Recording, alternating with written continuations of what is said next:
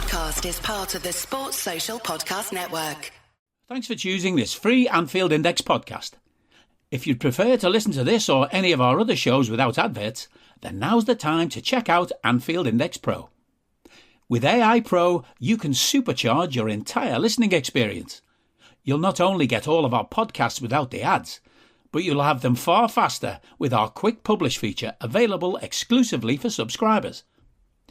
AI Pro also puts you in the heart of our sound studio, with an option to listen to many of our shows live and interact with the podcasters in real time as the shows are recording.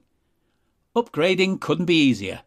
AI Pro is available on all popular podcast platforms, and we have our own apps for Apple and Android. Just head on over to anfieldindexpro.com and get started today. Hello and welcome to a special edition of Newsround. We have breaking news that required a quick podcast. Julian Ward is returning to the Liverpool fold. Now, technically, he's going to work directly for FSG, similar to Michael Edwards. He will be overseeing the entire FSG football operation underneath the guise of Edwards. He will be the technical director. There's also news that Pedro Marques, who was technical director of Benfica, he has been appointed as director of football development. So I would imagine Ward and Marques will be mostly focused on the other club or clubs that FSG have planned to buy. They might even be involved in scouting out those clubs, identifying which clubs that FSG might move for. I think this is a great bit of news for the club to get Julian Ward, another very intelligent person, back in the mix. It was quite a surprise, I think, to many that he resigned as quickly as he did. Obviously, he took over from Michael Edwards in the summer of 2022. He had been overseeing a growing role before that. He'd been appointed assistant sporting director the previous year, and then obviously Edwards resigned and he gave the better part of a year's notice, and Ward began to take on more and more responsibility, finally assuming the full role summer of 2022, and then within months he was announcing that he was going to leave. The fact that they've both now come back, both Edwards and Ward, it speaks volumes, really. There was a lot of foolish people that said that they left because they were tired of working for FSG, tired of the penny pinching and other such drivel. But now the fact that both of them are back, and Ward, in truth, never really went away. I mean, he left last summer, but he's been contracting for FSG on and off for a couple of months, doing different things. So quite clear that the relationship there was strong, always clear that the relationship between Edwards and FSG was strong. Both of them now coming back in bigger roles than what they previously had. More responsibility, more cachet, more involvement in the real decision-making. And, you know, again, for Ward, like, he was at Liverpool for the better part of a decade, working his way up. To leave after less than a year in his dream job, it told a story that a lot of people didn't want to read. This now further adds to that. These people coming back to the club. But look, the be-all, the end-all is that the only thing that really matters is the health and future of Liverpool Football Club. Having Michael Edwards back is massive. Having Julian Ward back is a big, big plus. We've also obviously brought in Richard Hughes, bringing in Pedro Marques. These are big moves. All of that helps the club. The best way to have real success in football now, if you cannot afford to just go out and spend and spend and spend, the best way is to have the most intelligent people in the room, to have best-in-class people across the board. And Michael Edwards is best in class. Now, it remains to be seen whether Richard Hughes develops into best in class. But if Edwards trusts him and Edwards is overseeing, that's a good thing. You can spend as much money as you want on your front office. This is the great thing about all these different rules. This is like a free hit for FSG. And they know from what they've done with the Red Sox that investing heavily in your front office pays back massively. So getting the band back together, like there's obviously Ian Graham as the one kind of missing piece. I wouldn't be surprised if Liverpool contract Ian Graham and his company to do varying work for, well, if FSG contract him really, to do varying work for their different clubs. The more super intelligent decision makers we have with defined roles, and the key here is defined roles. You look at Chelsea, they've just got too many people who do the same thing. They've hired 4 different people who've worked as head of recruitment. Never worked above that role. They've hired 4 people who do that role. They've promoted 2 of them. And now they have 2 heads of recruitment and 2 sporting directors. It's a mess. It's an absolute mess. But this is more defined. This is obviously overseeing a multi-club model as well, which is the way the owners want to go, which I am in favour of. I know some people aren't. I think some of that is ignorance. Some of that is people wanting to be a bit edgy.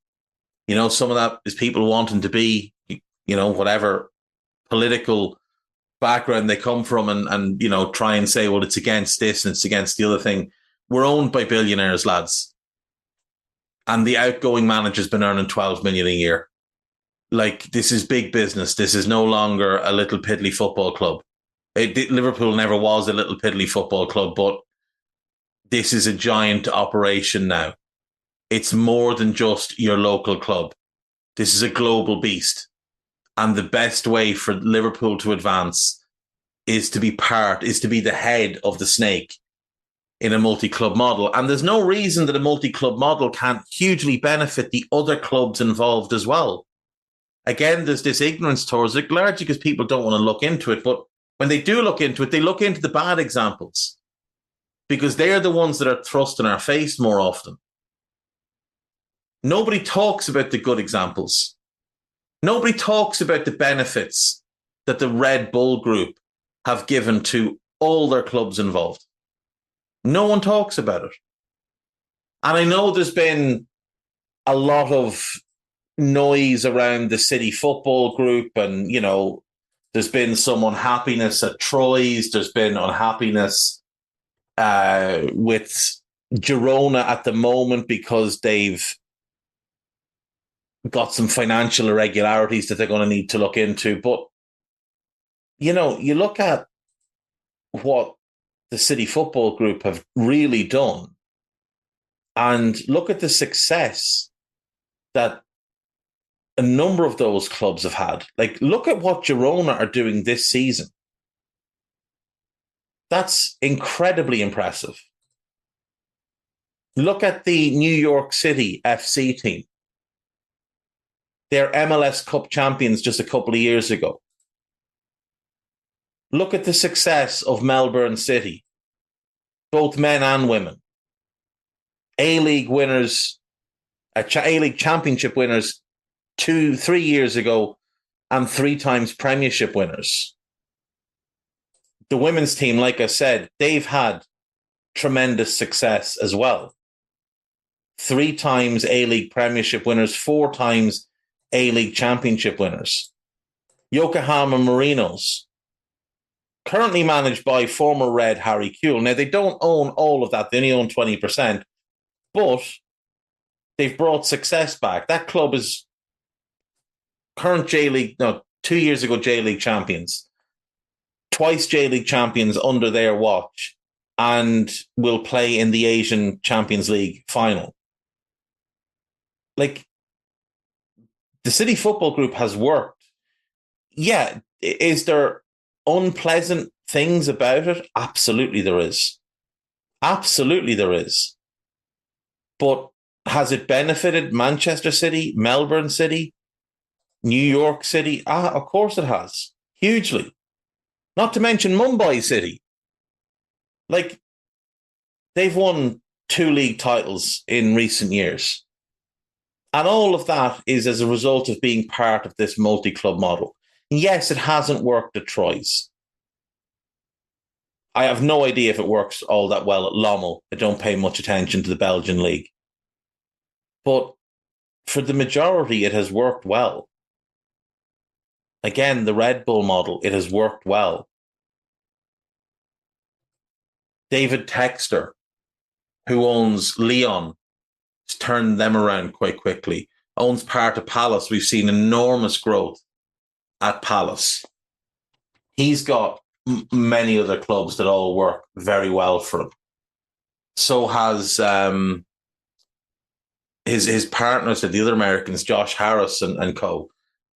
David Blitzer. David Blitzer owns a number of clubs. And again, things are going well for the majority of them. But you don't hear about them because no one wants to talk about positive things. But when the thing happened at Troyes, where the fans were protesting, when the Chelsea Football Group, or Blue Co, is what I think they're called, that own Strasbourg, when the Strasbourg fans are kicking off, then, oh, look, multi-club model doesn't work.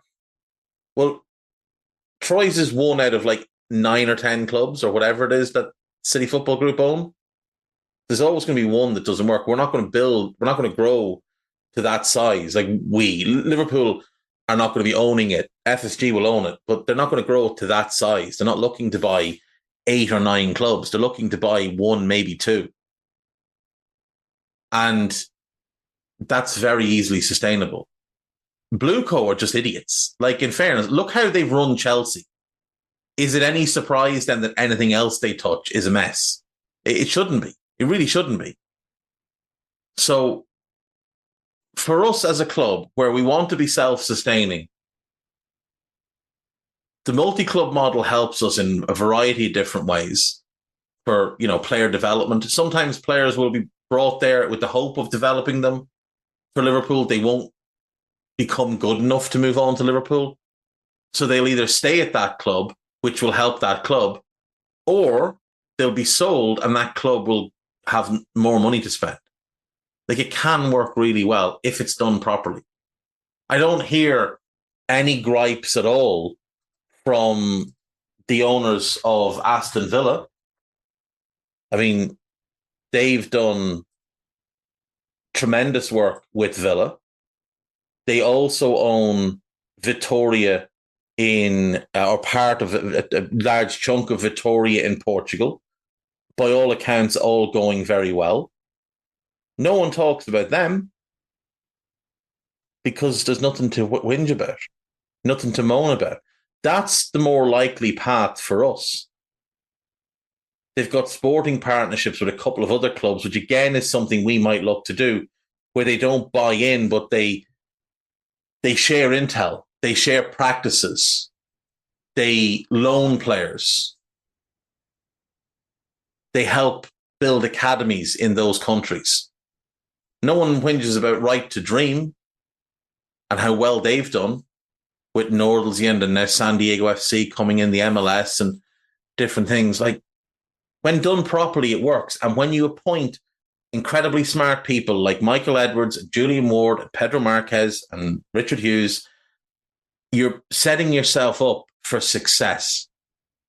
And that's what this move with bringing Julian Ward is about. It's about setting FSG's football portfolio, which right now is just Liverpool, up for success. But for it to be a success, it would need us to be a success. So that will be their primary focus. Liverpool will be the primary focus. People worrying that it's going to have a negative effect on Liverpool, it won't. It won't. It's going to give us better pathways to players, more access to players, more development channels. It's going to give us workarounds for certain rules that Brexit means Brexit. There's no real downside to it. as long as the other clubs are treated with the same kind of respect that Liverpool has been treated with by these owners, which I see no reason they wouldn't be. Like, they're not going to walk in, buy another club, slap a red shirt on them and call them, Liverpool or La Liverpool or, whatever. They're not going to do that. They're not going to go that far the way City have. They're going to run those clubs as their own entities, but as part of a bigger organism. These are positive moves. And getting Julian Ward back is great. Julian Ward has been very much in demand. Like Edwards, everybody offered Edwards jobs. United, Chelsea, Real Madrid, everybody wanted Michael Edwards. He could have gone and worked in another sport because much of his methodology would translate. Julian Ward left, was offered the Ajax job, turned it down. Was offered a job at Chelsea, turned it down. Was linked to the Newcastle job, turned it down. Or I think he turned down the option of an interview. There'd been a lot of talk that he was going to go to United. Didn't quite buy that myself. With the relationship he had with Edwards and with FSG. Figured it was always likely he'd come back. I've said that a bunch of times, that I thought he'd come back in one role or another. And now here he is, technical director of Fenway Sports Group. I think it's Fenway Sports Group Football or something like that.